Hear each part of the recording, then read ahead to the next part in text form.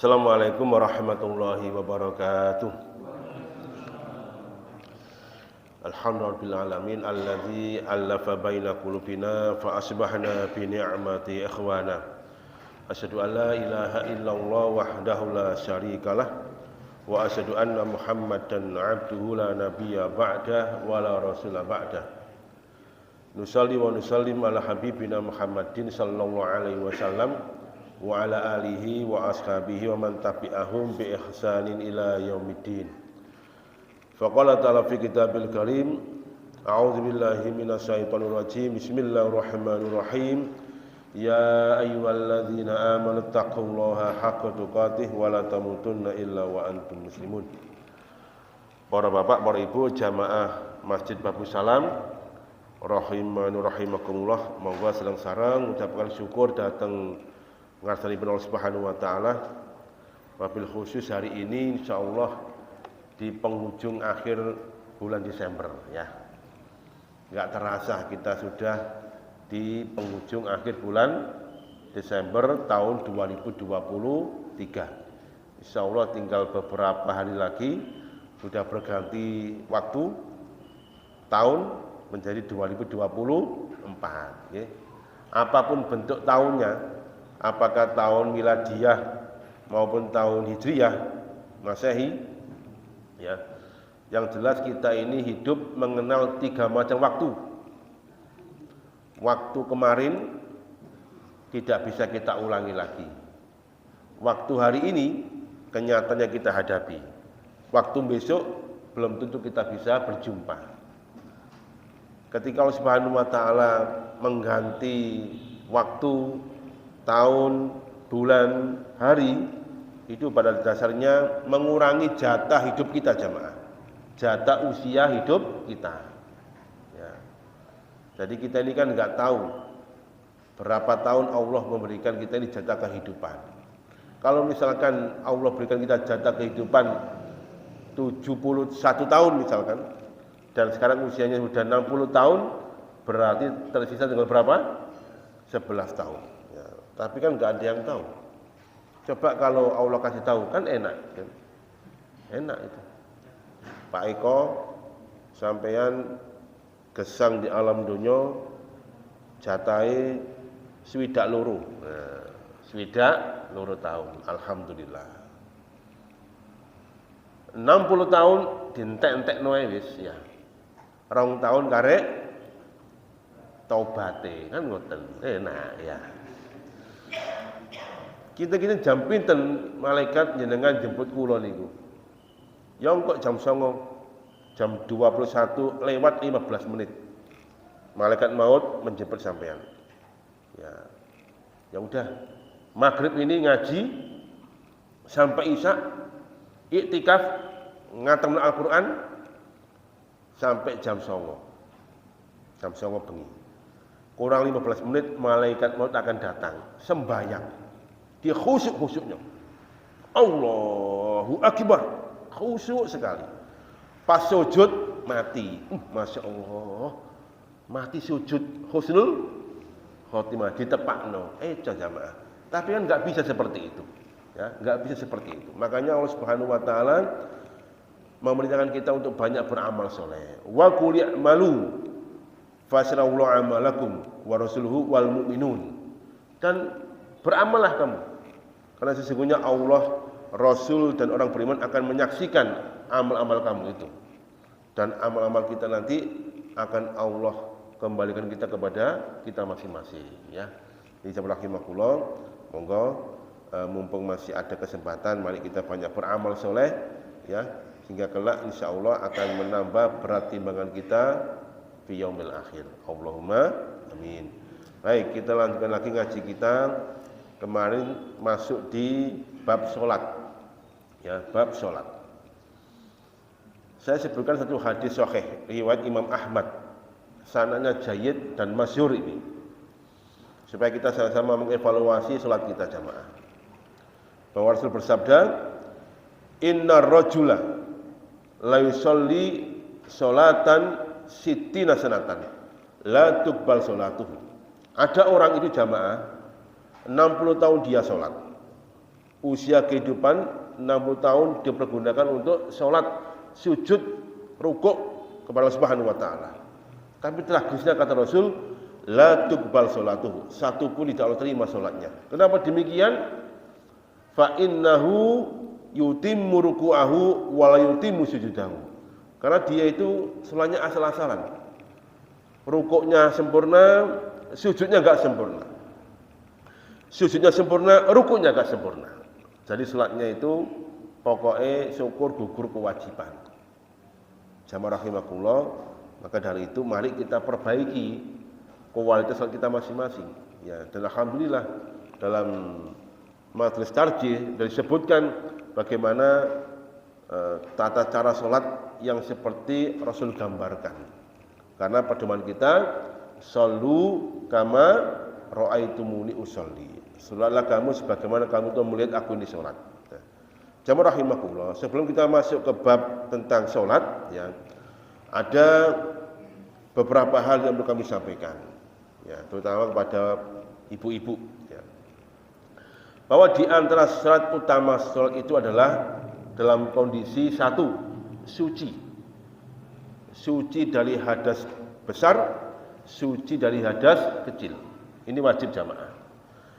La tuqbalu sholatu ahadikum idza ahdasa hatta yatawaddo. Tidak akan Allah terima salat seorang itu ketika dia batal, enggak suci sampai dia itu berwudu.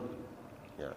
Maka kalau hadas kecil kita cukup berwudu tayamum. Ya.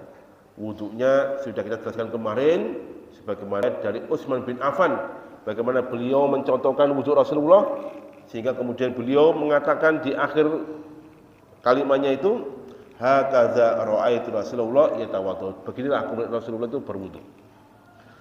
Kemudian tayamum sudah masuk kita rasakan. Kemudian kalau kita ini hadas besar, kita ganti dengan cara mandi junub. Ya. Kemarin telah kita jelaskan bagaimana mandi junub yang benar.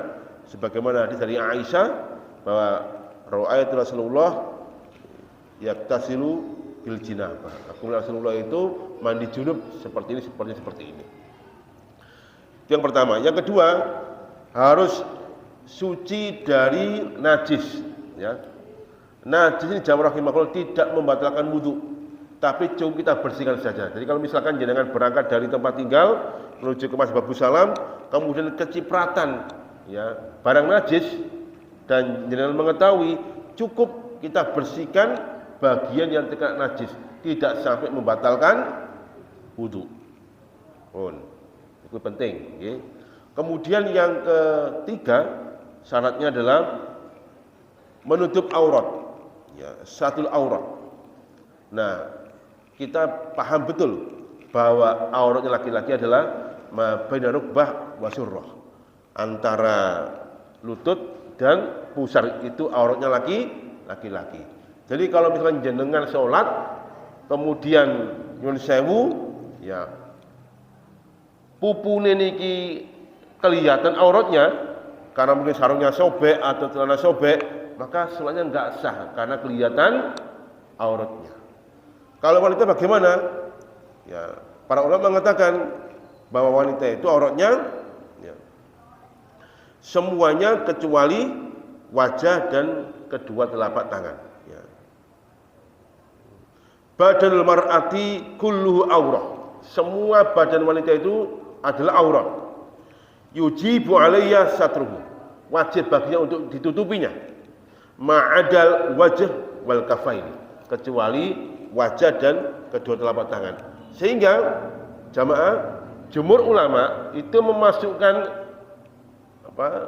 gulu itu bahasa Indonesia apa? Leher itu termasuk aurat. Makanya kemudian ibu-ibu kalau sholat itu lehernya harus tertutup. Ngerti nggih? Apalagi kalangan Syafi'iyah, ini ketat sekali. Kalau jenengan misalkan sholat gumpul sampai teman sebelah, posisi gulu jenengan itu kelihatan, ya ditegur, Pak, Mbak itu aurat, Mbak. Ya, karena wajah dan kedua telapak tangan. Aurat jamaah rahimakumullah. Nah, baik, sekarang kita lihat jamaah rahimakumullah bahwa sholat itu ada dua bagian. Ya. Yang pertama faraidus shalah, hal-hal yang diwajibkan dalam sholat, gerakannya itu. Yang kedua sunanus shalah, sunnah-sunnah sholat, termasuk membaca doa. Ya, doa iftitah itu juga sunnah.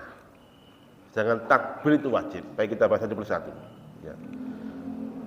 Yang pertama jamaah rahimakumullah, yang perlu kita pahamkan bahwa wajib sholat itu yang pertama an-niyah, niat.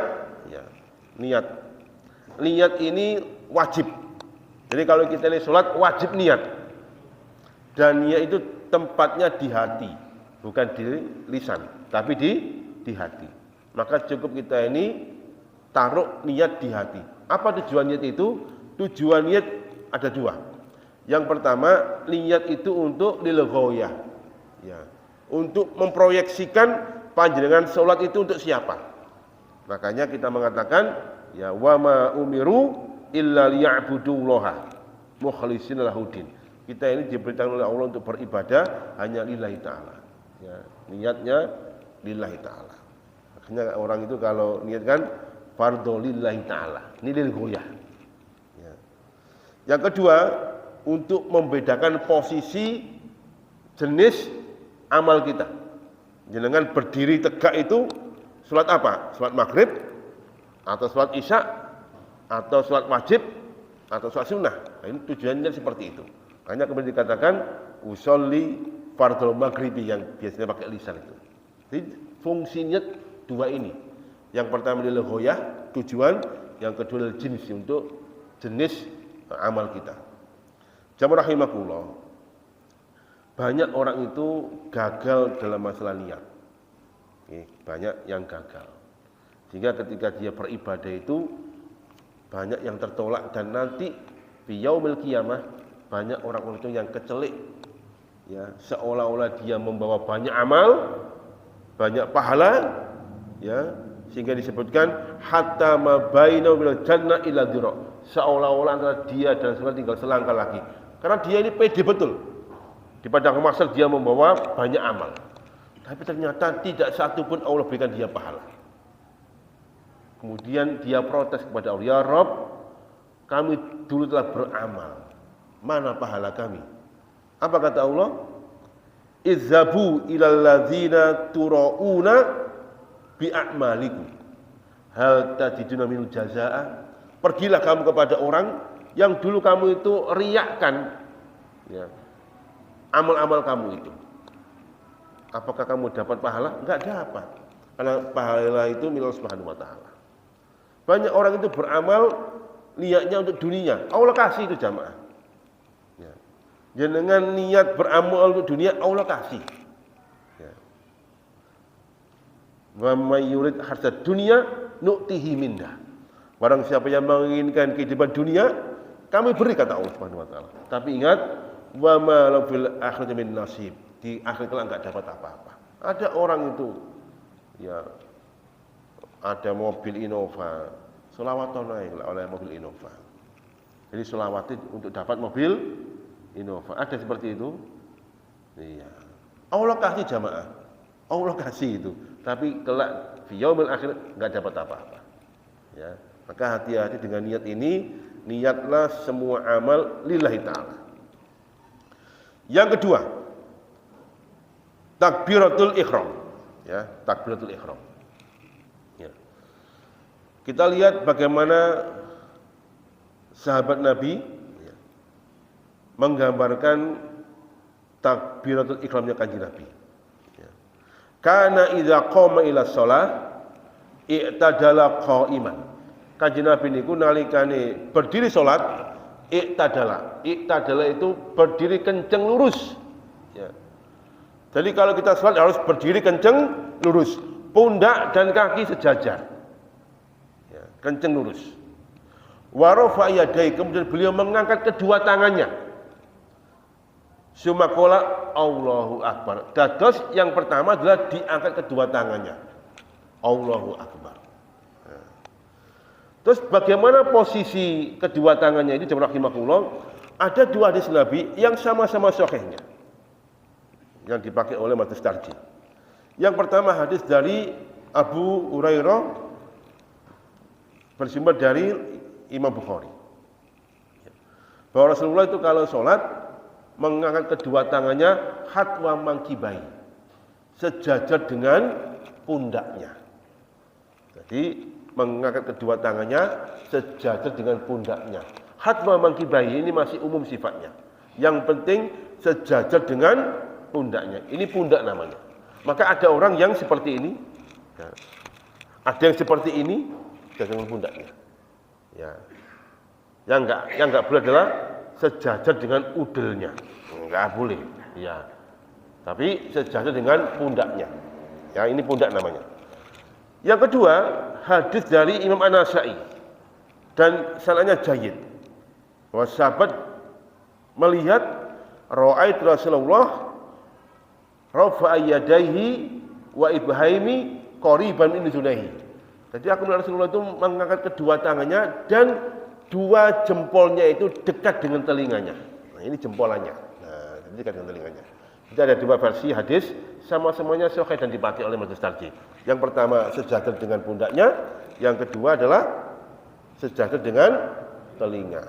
Ya. Jadi kalau jenengan ada orang seperti ini, berarti dia memakai sejajar dengan pundak. Ya. Yang enggak ada adalah sejajar di atas kepala. Nah, ini enggak ada.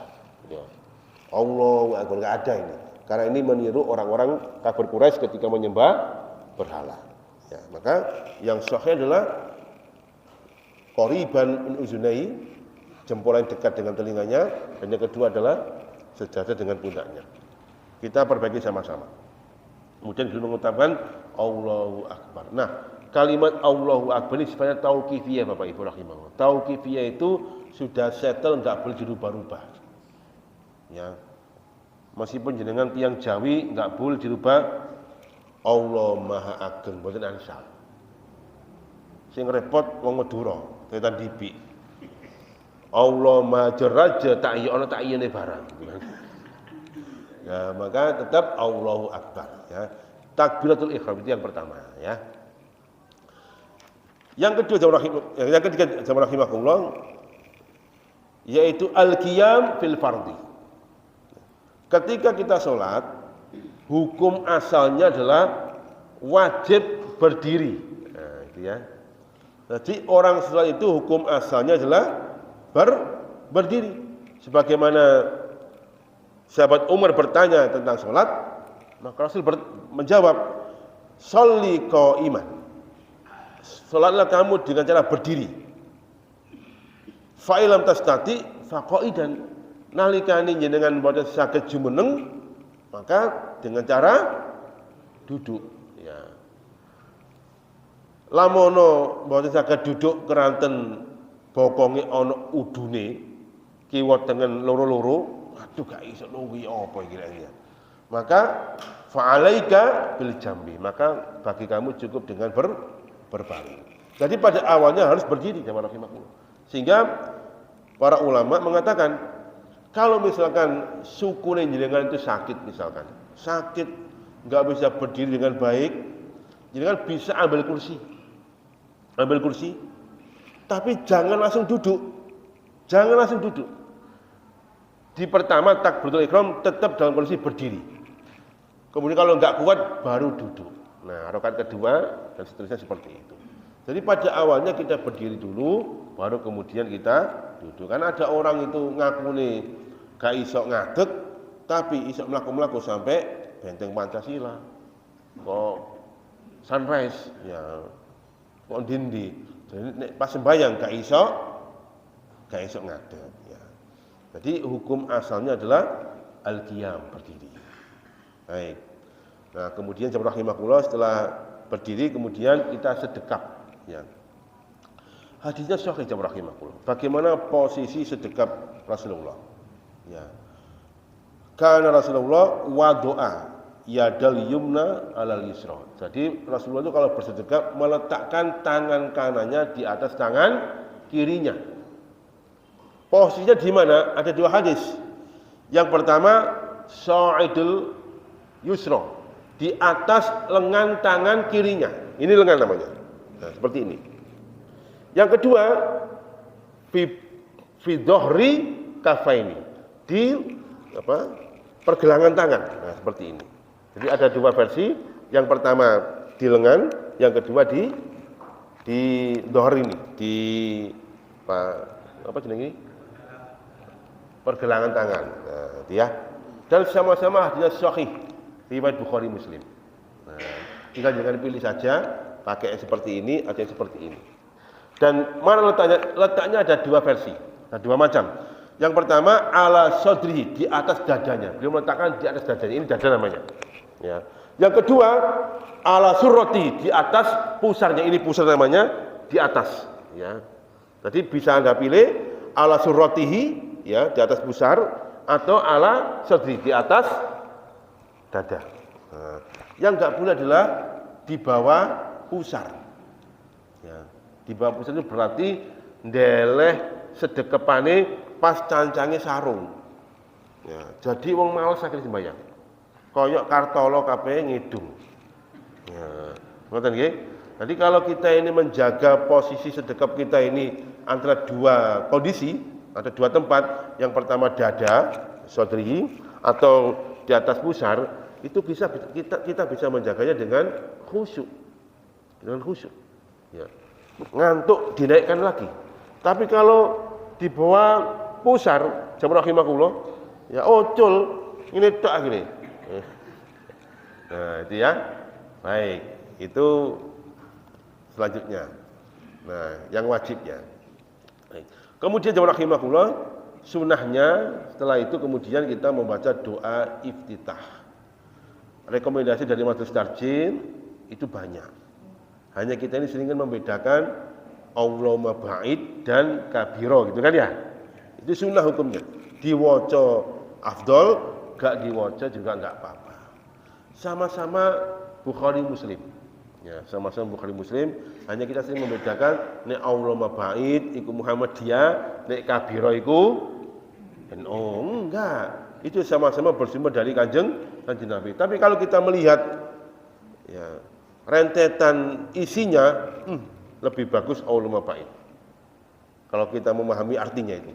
Allahumma ba'id baini wa baina khotoyaya kama ba'atta baina masyi wal maghrib. Gusti Allah, jauhkanlah antaraku dengan dosa-dosaku sebagaimana kau menjauhkan antara timur dan barat.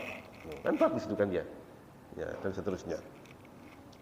Pun setelah itu kemudian yang wajib membaca Al-Fatihah. Qiraatul Fatihah fi kulli rakaatin min rakaatil fardhi wan nafil. Membaca Al-Fatihah setiap rakaat, baik rakaat salat wajib maupun rakaat salat sunnah. Itu hukumnya wajib. Membaca Al-Fatihah. Ada mbah-mbah tanya ke saya, "Ustaz, dalam kan sampean tuwa. Umur pira sih tuwa sampean ini?" Ya umur swidaan, Ustaz. Terus gak hafal Al-Fatihah, Ustaz. Apakah boleh sholat? Ya boleh aja sholat. Diganti dengan apa, Ustaz? Ya Al-Fatihah. Enggak hafal, Ustaz. Ya kudu dihafalno. Ya, Al-Fatihah kudu dihafalno. Ya, sampean lagune caknene apal bolak-balik mosok Al-Fatihah enggak hafal. Al-Fatihah jam rahimahullah itu salah satu surat yang wajib dihafalkan oleh umat Rasulullah. Kenapa demikian? Yang pertama, Al-Fatihah itu adalah a'dhamu suwari fil Quran. Surat yang paling agung dalam Al-Quran adalah Al-Fatihah. Yang kedua, Al-Fatihah itu adalah sab'ul masani. 7 ayat yang dibaca berulang-ulang. Ayo wis, momen apa saja pasti Al-Fatihah. Ya kan? Monggo para bapak, para ibu, niki akad nikah ajeng dimulai. Mugi-mugi jejodon menika dadosa jejodon ingkang barokah. Akad nikahnya nggih akad ingkang barokah, rumah tangga sakinah mawaddah rahmah, diberi kelancaran dan kemaslahatan. Al-Fatihah. Al-Fatihah jemaah. Ya. Kondangan nggih ngoten. Niki ngenggeni masjid enggal karpete nggih enggal. Mugi-mugi jamaahane ajeg lan kerasan nggih lan masjidnya saged rame. Al-Fatihah. Al-Fatihah mana? Enggak ono sing ngomong Yasin, enggak ada. Ya. Nek ono sing ngomong Yasin, paling sing beri ngomong kul huwele, tok dawa-dawa. Al-Fatihah jamaah rahimakumullah. Maka wajib dibaca, dihafalkan. Makanya hadisnya ini berkaitan dengan membaca Al-Fatihah itu banyak sekali. Dan derajatnya hampir mutawatir. Hampir mutawatir. Saya bacakan 4 macam hadis ya. Lafadznya hampir sama-sama mirip lah. Tetapi 4 ini berbeda. Yang pertama, hadis dari Ubadah bin Samit, dari sahabat Ubadah bin Samit. Bahwa Rasul bersabda, la sholata liman lam yaqra bi Fatihatil Kitab. Rawal jamaah. Tidak dianggap sholat orang yang tidak membaca Al-Fatihah. Enggak dianggap sholat. Ya. Yang kedua, hadis dari sahabat Abu Hurairah. Bahwa Rasul bersabda, man sholat sholatan lam yaqra fiyya bi umul Quran fahiya khidajun ai gharut tamam. Barang siapa yang sholat dan tidak membaca di dalamnya itu bi umul Quran, yaitu Al-Fatihah, maka dia itu tidak sempurna sholatnya. Ya, rawahu Ahmad wa Syaikhan, Bukhari Muslim. Yang ketiga, ya, hadis dari Abu Hurairah juga. Bahwa Rasul bersabda, la tujzi'u salatu la yaqra fiha bi Fatihatil Kitab. Tidak diberikan pahala orang yang sholat di dalamnya tidak membaca Al-Fatihah, enggak dapat pahala. Ya. Makanya Al-Fatihah hukumnya wajib, ya, wajib dibaca, wajib dihafalkan. Nonton jamaah, ya. Jadi semua sepakat para ulama 4 mazhab bahwa Al-Fatihah hukumnya wajib dan dia wajib dibaca di waktu sholat wajib maupun dalam sholat sunnah. Yang kedua, masih Al-Fatihah. Di Al-Fatihah ini rahimakumullah ada 7 ayat, sab'ul masani. Maka pertanyaannya, apakah basmalah termasuk bagian dari ayat surat Al-Fatihah apa tidak? Nah itu.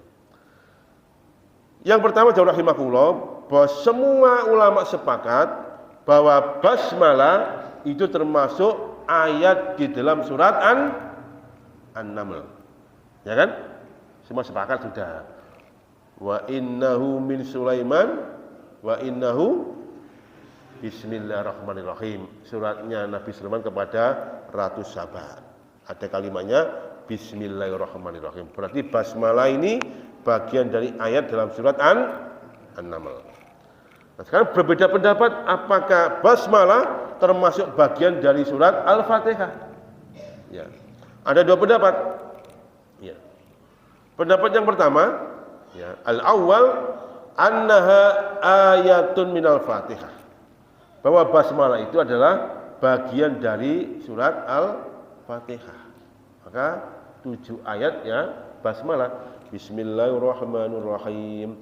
Alhamdulillahirabbil alamin. Arrahmanirrahim. Maliki yaumiddin. Iyyaka na'budu wa iyyaka nasta'in. Ihdinas siratal mustaqim. Siratal ladzina an'amta 'alaihim ghairil maghdubi 'alaihim waladdallin. Amin. Ini 7 ayat yang basmalah termasuk bagian di dalamnya. Ya. Laisat bi ayatin al-Fatihah. Yang kedua, bahwa basmalah itu bagian dari ayat surat Al-Fatihah. Ya. Loh, berarti 7-nya. Ya. Di ayat yang terakhir itu kemudian dipecah. Maka diawal dengan Alhamdulillahirabbil alamin. Ar-Rahmanir-Rahim. Maliki yaumiddin. Iyyaka na'budu wa iyyaka nasta'in. Ihdinas siratal mustaqim. Siratal ladzina an'amta 'alaihim. Nah, baru ghairil maghdubi 'alaihim waladdallin. Amin. Tetap 7 ayat. Nah, jamaah. Mana yang lebih kuat? Ya, sama-sama kuatnya pendapatnya ini karena memang ada versi bacaan seperti itu. Ya. Hanya kemudian imbasnya jamaah rahimakumullah, ya, kalau jumhur ulama tetap menyatakan bahwa basmalah itu bagian dari surah Al-Fatihah. Hanya kemudian ada dua versi membacanya. Ya. Bagaimana Abu Hurairah mengatakan, ya, sholaitu khalfan Nabi wa Abi Bakar wa Umar. Aku pernah sholat di belakangnya Nabi, di belakangnya Abu Bakar, dan juga di belakangnya Umar. Ya. Beliau memelankan basmalahnya dan kemudian mengeraskan alhamdulillahnya. Jadi tetap mengatakan bahwa basmalah adalah surat, tetapi kemudian basmalahnya dipelankan. Bismillahirrahmanirrahim. Alhamdulillahirabbil alamin. Kayak para imam-imam Haramain seperti itu. Imam As-Sudais, Suraim, Mahir itu basmalahnya dipelankan. Bismillahirrahmanirrahim. Kan gitu. Nah, ya. Kemudian ada versi yang kedua, ya, bahwa Rasul juga pernah mengeraskan basmalah. Bismillahirrahmanirrahim. Nah, gitu. Jadi artinya basmalah tetap bagian dari 7 ayat surat Al-Fatihah. Tinggal kita pilih mau yang memelankan basmalahnya atau yang mengeraskan basmalahnya, ya. Lagi-lagi kita ini terjebak pada perbedaan pendapat. Nek basmalah niku dipelankan iku Muhammadiyah, ya. Nek basmalah dikeraskan iku NU, yang enggak seperti itu, ya. Baik. Pun basmalah. Sekarang bagaimana kalau kita sholat berjamaah? Nah, jamaah rahimakumullah. Tadi saya katakan bahwa Al-Fatihah itu hukumnya wajib untuk dibaca. Tetapi ketika kita dalam kondisi berjamaah, maka ada dua pendapat. Pendapat yang pertama jumhur ulama, yaitu Imam Abu Hanifah, Imam Malik, dan Imam Ahmad bin Hanbal. Kalau sudah berjamaah, maka makmum tidak usah membaca Al-Fatihah, cukup mendengarkan saja. Kenapa demikian? Karena ada hadisnya yang kemudian hadis ini mentaksis, mengkhususkan dalil yang sifatnya umum. Ini kan membaca Al-Fatihah sifatnya kan umum. Kemudian ditaksiskan, dikhususkan kecuali ketika dalam kondisi berjamaah. Rasul mengatakan, innama ju'ilal imamu liyu'tababi. Imam itu dijadikan untuk diikuti. Fa iza kabbara fakabbiru. Kalau imam takbir maka makmum ikut takbir. Ya. Fa iza raka'a farka'u. Kalau imam itu rukuk maka makmum ikut rukuk. Ya. Fa iza quri'al Qur'an fa ansitu wasma'u. Kalau imam itu membaca Al-Qur'an maka diam dan dengarkanlah. Ini hadisnya juga sahih. Ya, namanya takhsis bil am, ya, mengkhususkan dalam kondisi dalil yang umum. Dalil umumnya Al-Fatihah hukumnya wajib dibaca, ada kondisi yang khusus yaitu ketika berjamaah. Adapun Imam Asy-Syafi'i tetap membaca Al-Fatihah, tetapi pada posisi jeda antara Al-Fatihah dengan surat. Maka kalau kita ini bermadzhab Syafi'iyah, mestinya ketika membaca waladhdallin ada jeda sebentar untuk memberikan kesempatan makmum membaca Al-Fatihah. Jadi posisinya tetap tidak nabrak bacaannya imam. Nah, paham ya? Itu posisinya Al-Fatihah. Rahimahullah. Nah, kalau sudah membaca Al-Fatihah, ya, maka ingat Al-Fatihah itu wahyu Allah yang tidak boleh ditambahi dan dikurangi, ya. Ada yang menambah-nambahinya. Waladhdallin, Rabbighfirli wa liwalidayya, amin. Ada kan? Nah, itu ya. Apakah ada dalilnya ini? Ada dalilnya itu jamaah. Ada dalilnya. Hanya kemudian dalil ini tidak dalam posisi sholat. Dalam posisi sholat tidak boleh ditambahi. Tidak boleh ditambahi. Tetap waladhdallin amin. Tidak boleh ditambahi dengan Rabbighfirli, tidak boleh. Karena sholat sifatnya tauqifiyah, harus mencontoh Rasulullah. Adapun dalam bacaan lain di posisi di luar sholat, kalau ada tambahan waladhdallin Rabbighfirli wa liwalidayya, ya, amin, ya. Itu ada hadisnya, tapi hadisnya dhaif. hadis dhaif ya. Saya punya hadisnya itu. Jadi ada perawi yang lemah sehingga nggak boleh dipakai. Sehingga kemudian hadis ini adalah dhaif. Jadi kalau misalkan ada yang mengatakan ada dalilnya ini, tapi ingat itu hadisnya sangat dhaif. Sehingga kita tidak boleh mengamalkannya. Al-Fatihah selesai. Kemudian membaca surat, aturannya ma tayassara minal Qur'an. Bacalah surat yang kamu mudah menghafalnya.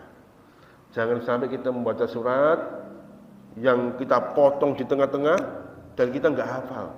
Akhirnya makmumnya nggak ada yang hafal. Siapa sih ngiling dong? Ya. Wama mandek. Wama mandek. Makmumnya bingung kabeh. Iki maksudnya wama apa iki? Aduh. Mandek kan ya. Ya. Ya cari sing muni kul wale. Ya. Jadi itu jauh rahimahullah, ma tayassara Al-Qur'an, bacalah ayat yang Anda anggap itu mudah dihafal dan Anda ingat dengan ayat itu. Jangan sampai kita tidak mengingatnya.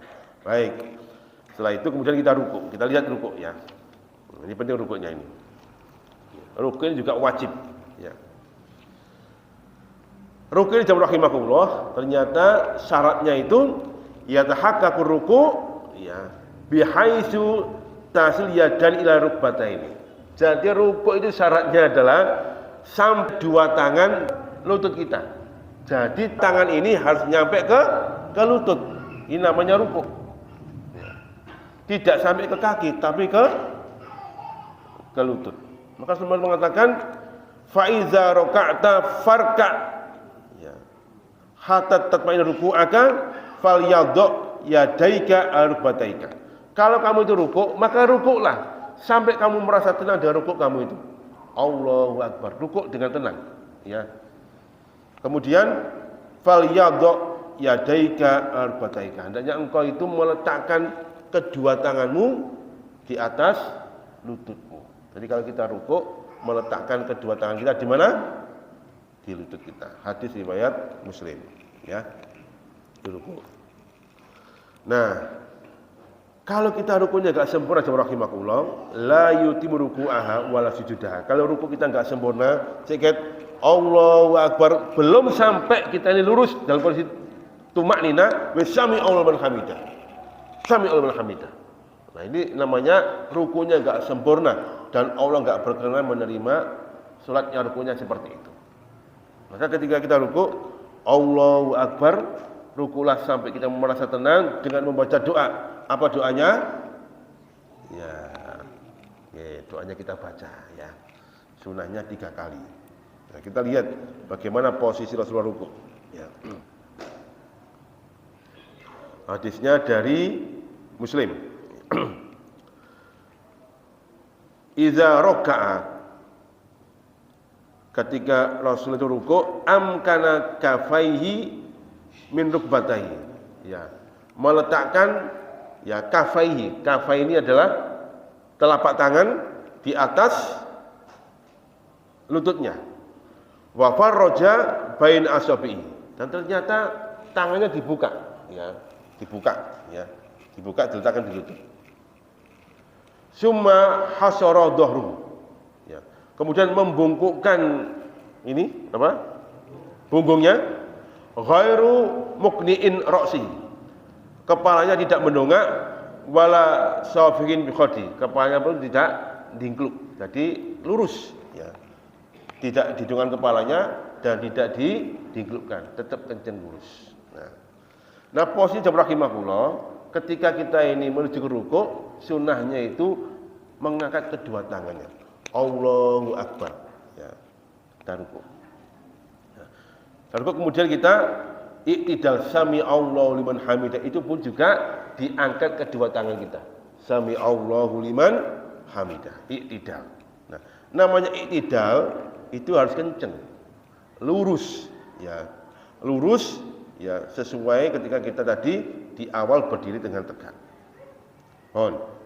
Ya, kita lihat bagaimana sahabat Nabi bernama Humaid, ya, Abi Humaid menceritakan sifat Rasulullah tentang salatnya. Wa idza rafa'a ra'sahu istawa qa'iman hatta ya'udu kullu faqari ila makanihi.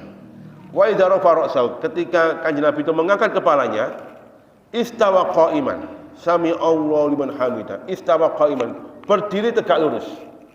Hatta ya'udu kullu faqari ila makanihi, sampai merasakan semua tulang belulangnya itu kembali kepada tempatnya masing-masing. Ya. Tek, ya, gitu ya. Jadi enggak ada soalnya itu sami Allahu liman hamidah kayak ngene langsung Allahu akbar. Nah, itu enggak. Ya. Maka Allah enggak bukan menerima seperti itu. Ya. Jadi sami Allahu liman hamidah ya sampai tegak lurus, istawa ya tegak lurus. Ya, kemudian kita berdoa. Rabbana walakal hamdu ya. Bagaimana yang kita laksanakan seperti itu.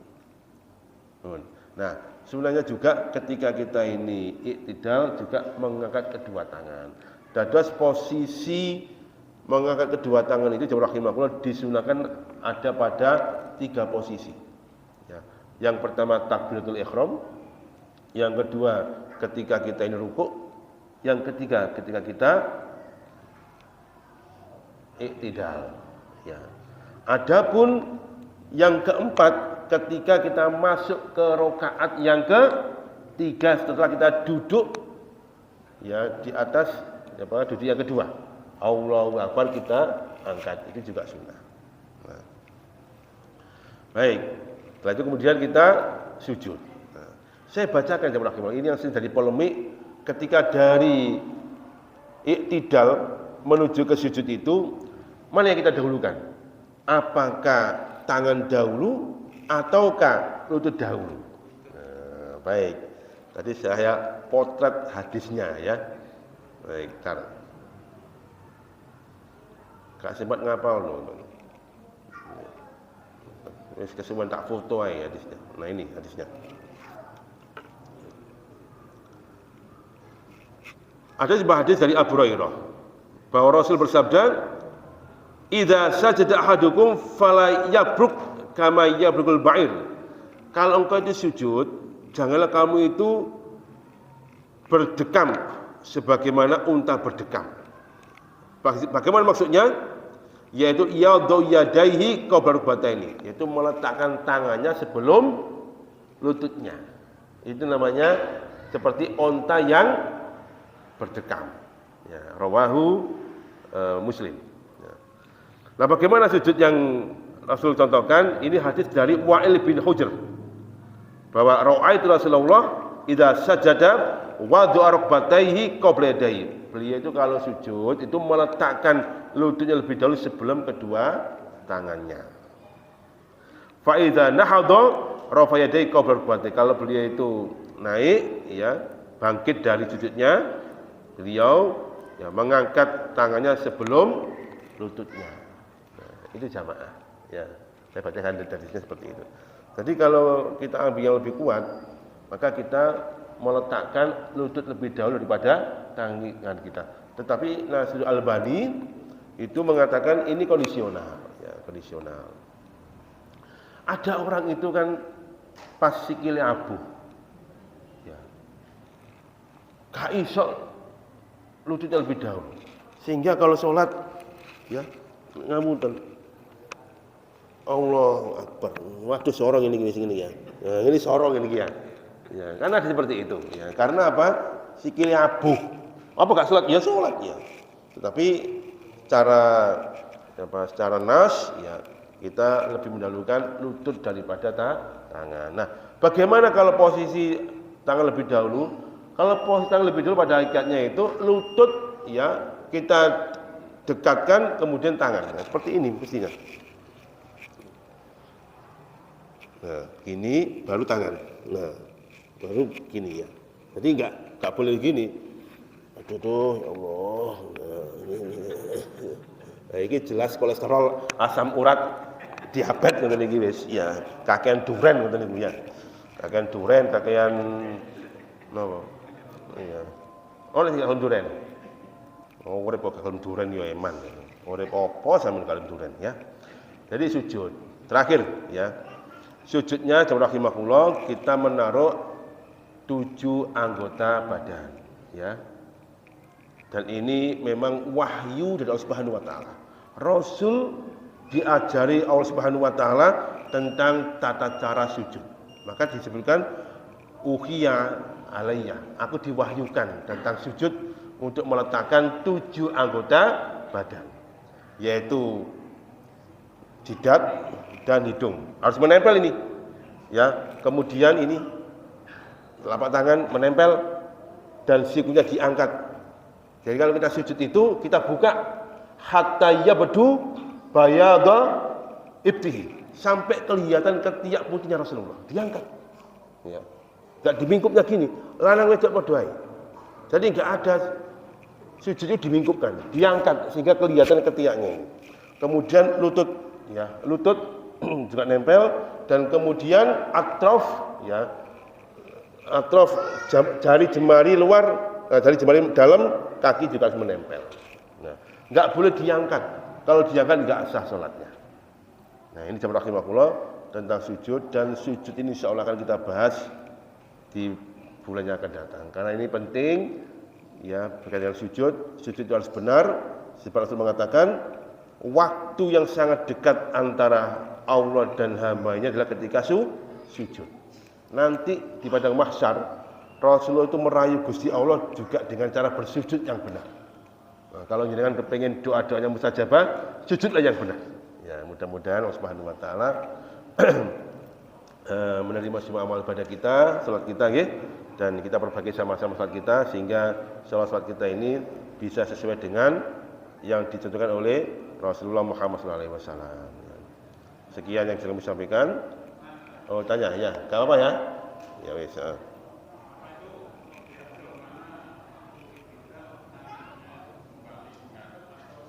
Ya. Ya. Dalam majelis tarjih tidak ditemukan dalil sahih sedekap. Ya, itu ya. Itu ya. Jadi saya juga kemarin membaca keputusan HPT, ternyata tidak ditemukan hadis yang sahih ketika i'tidal sedekap. Ya. Jadi ketika i'tidal tetap ditaruh di bawah. Nah, ngoten nggih. Jadi kalau nanti ada yang menemukan dalil yang sahih bahwa Rasulullah ketika i'tidal itu sedekap, monggo nanti bisa kita cek. Dalam majelis tarjih enggak ada. Jadi kalau enggak ada ya kita pakai kaidah bara'atul asliyah, kembali kepada hukum asal, ya berdiri dengan lurus. Ngoten nggih? Pun? Wonten malih? Nggih, monggo. Ada yang menjumpai, ada yang rukuk itu kan tangannya ditaruh di sini, Ustaz. Tapi tidak Dielingno. Nah, diingatkan. Ya. Hadisnya jelas. Fa iza raka'ta falyadhu yadaika al-bataika. Kalau kamu itu ruku, kata Rasulullah, hendaknya kamu itu meletakkan kedua tanganmu di atas lututmu. Ya di kanani, Cak. Ngene, Cak. Nah, tangannya dua Ustaz. Panjang tangan. Loh, Pak maling kan panjang tangan. Oke. Siap, pun nggih? Nah, baik. Mudah-mudahan bermanfaat. Aku luka lihat. Assalamualaikum warahmatullahi wabarakatuh.